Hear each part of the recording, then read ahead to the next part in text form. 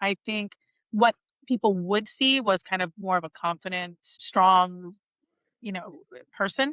But I think what they didn't see was more of just there was always this second guessing and questioning myself. And am I making the right decisions? Am I doing the right thing? Am I able to lead? Should I, especially doing something completely different than what I had been doing before and having that imposter syndrome, like badly at times in the beginning. Honey, it was scary, very scary. Hi, and welcome to Courtside Conversations. This episode is for the woman who looks confident on the outside, but is second guessing herself more than she lets on. I hope you enjoy.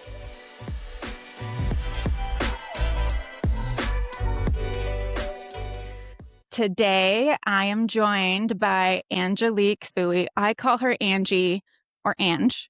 And I had the pleasure of working with Angie, and I describe her as sort of a giant, throbbing, beating heart in human form. She is just a woman who cares deeply and is a fantastic human. And so I am so grateful that you're here today, Angie. Thank you so much for joining. Thank you for having me. I'm so excited to be here. And thank you. Yeah. Yay. Thanks. Okay, so to kick us off, can you introduce yourself quickly to our listeners? Maybe just tell us a little bit about yourself personally. Okay. So, as Courtney said, my name is Angelique, but again, my friends call me Angie. I am a single mom to two really great kids. I have an older child who just turned 23 and is in college. And then I have a 14-year-old who thinks he's 30, but is a lot of fun. He's a lot of fun. He keeps me on my toes. Yeah, just love to read, love to sing, love to do all kinds of things. So that's kind of like me in a nutshell. I love it. I love it. Yeah. And so, Ange, tell our listeners, how did you and I meet? So I had been working at a company for 17 years and had just decided that I'm not going anywhere, which is so crazy, right? And so I had decided this one last role that I was going to go ahead and take. If I don't get this, then I'm out of here. And good friend of mine worked for the company that Courtney was working for and happened to know her and decided, hey, you'd be great for this role. Let me go ahead and try to get you in. And she did. So 3 years later, here I am. And that's how Courtney and I met. Yeah. How long do we work together, Angie? Like, how was it? A couple years? Like, yeah, like 2 years at least. And in those 2 years, I think it was kind of like an instant Totally. connection. Yeah. Yeah. Bonded, From the everything. So it jump. was great. Yeah, basically. Yeah. So Yeah. Awesome. And what are you drinking today? I'm having water. I'm drinking lots of water. Yeah. So, I'm joining you. I have sparkling water, but joining you on the nice. water train. So, cheers to kicking off. Cheers. Can you give the short version of your career journey? So I'd say I started in corporate America probably in my early 20s, maybe. I worked for a company called Lab. And I always say that's like my big girl job because it was the first job where I felt like I had my own laptop. I had all these things, right? So learned a lot, had a lot of really good managers that taught me a lot in terms of like accountability, taking responsibility, being a leader, even though I didn't have a title. Yeah. And then ended up coming to Equinix, and it's kind of been a really great ride the last 3 years. I feel like I finally found my niche, so to speak. So, yeah. Yeah. Describe your niche. What is it that you do? So I am a part of the community and belonging team. Uh, and specifically with employee engagement, I lead and support our flagship program. We are Equinix, and it's a bunch of wonderful, amazing, like beautiful, kind-hearted volunteer employees that just kind of dedicate themselves to bringing about engagement in all of these local communities that we have across the globe in our local offices. I always tell people I don't technically use this term, so I hope it's okay. But I'm like a connection core. Like I love connecting with Yes. people. But as I got into this role, it was just kind of like, this is my thing. Yeah, you are a connector for sure. Yeah. I absolutely see that, Thanks. Thank in you. you. So how long have you been in working in a corporation then?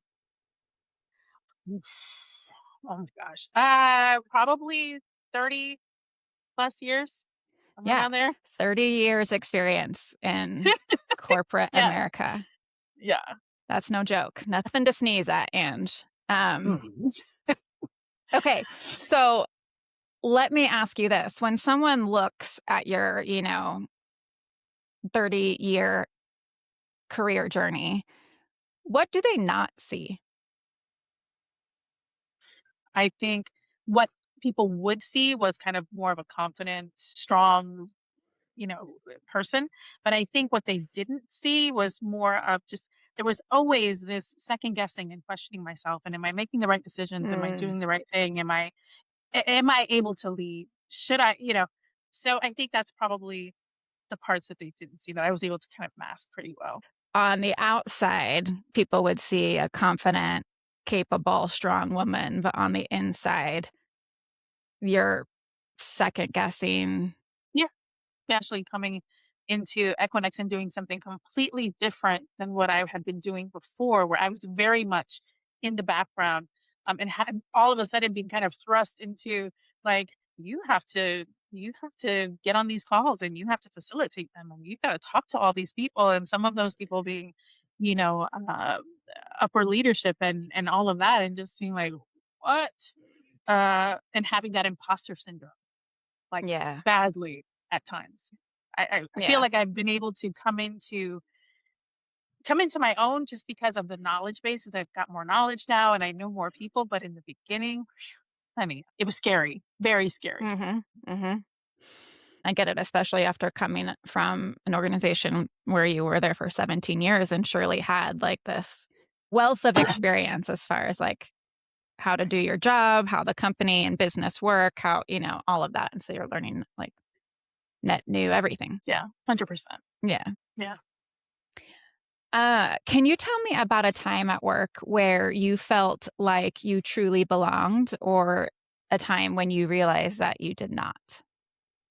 So maybe going back to the beginning just felt like, "Oh my gosh, this is almost like a family," and feeling like, you know, uh people are just so friendly and helpful and again my manager who hired me was amazing. I was a single mom at that time and dealing with a lot of personal things on that front, so he just got it, he understood it. Yeah.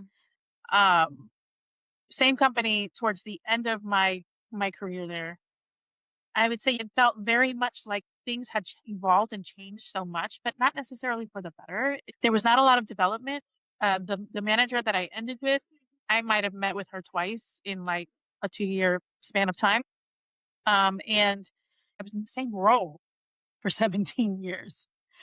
Oh, So wow. being in the same role, trying to find other roles to move into, but constantly being told, hey, you don't really have the skills for that. But yet no Mm. one ever saying, hey, let me help you with that. So it was kind of like I got stuck. So I said, this is not where I need to be. So totally did not feel like I belonged anymore. And it was time for me to go. So it sounds like you really enjoyed it at the beginning because you had a great manager who understood what you were Mhm. navigating both inside and outside of work.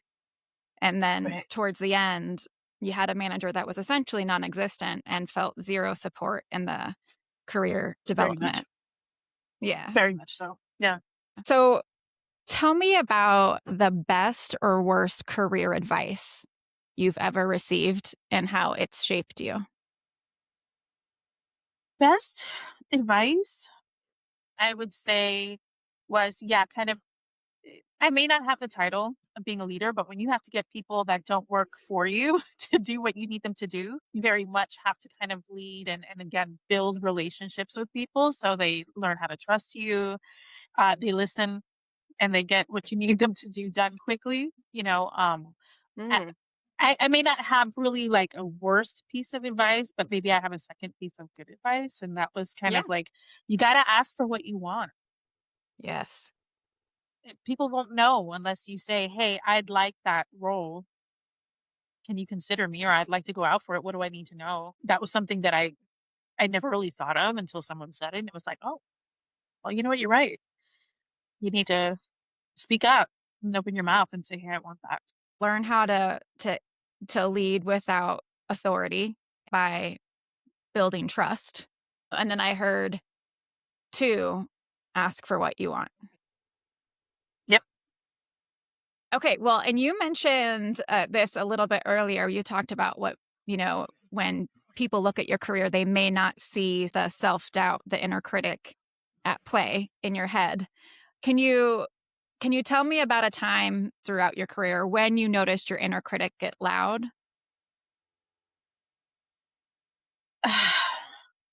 Honestly, it was super loud when I started working at Equinix. Oh my Mhm. gosh. It was so loud. It was like, "Girl, I don't know what you think you're doing. You have no idea what you're doing." Mm. And I literally had to every single day, and I mean this literally, write down, "You got this. You can do this. You are enough. You are capable." I mean, just literally, so I could get those negative thoughts out of my head because it was a struggle. I think some of it was things that I really had not had to do before. So, for example, creating PowerPoints on my own. I don't know why it just caused me to like panic. Like, am I doing this the right way? And Mhm. I really wanted to do a good job. And I think maybe that's a little bit of it too, kind of that perfectionism, right? I just got in my head. Yeah. I mean, stepping into something new, right? What you don't know, that you don't have the experience in is like I find often when my inner critic is like chirping at me, and it shows up when you care. Like, this is Mm. important to me, you know? When your inner critic is loud, like, how do you move forward? Honestly, it's like having conversations with myself. I literally will have like a conversation with myself out loud.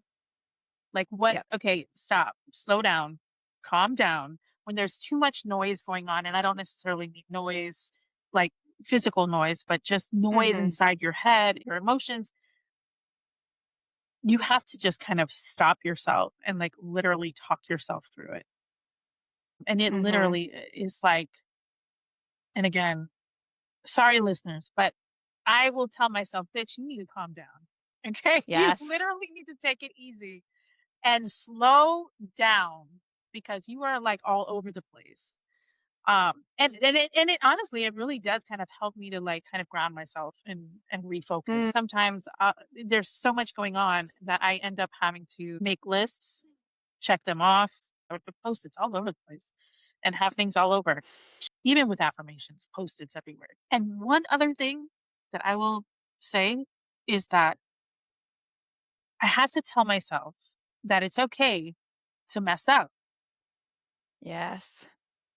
It's okay to be real and to be human and to mess up every once in a while. Everyone does. Yeah, we're not I mean, Yeah. there's no such thing as perfection. Clear the noise, talk to myself, calm myself down, the affirmations, and I love the piece of giving yourself permission to make a mistake. I think that's Yeah, brilliant. yeah. Okay. And if you were starting your career today, Mhm. what, if anything, would you do differently? Well, I would have gone to college a lot sooner because I think maybe in hindsight, right, you think maybe I would have been able to do some of this work a lot sooner, because I feel like Mm. it's what I'm most passionate about, being able to connect with people and when we talk about belonging and inclusivity and all those things. Or I would have tried to learn a lot sooner how to be a little more assertive, Mm. uh, and kind of be a little more focused on a career rather than other personal things that were going on in the background. I think it would have saved me a lot of headache and a lot of heartache. But, you Mm. know, we live and we learn, right? A lot of That's right. that I think it's just made me who I am today. So you would go to school earlier because maybe you would have discovered your passion sooner Mhm. and Mhm. focus more on your career earlier. Right. Right.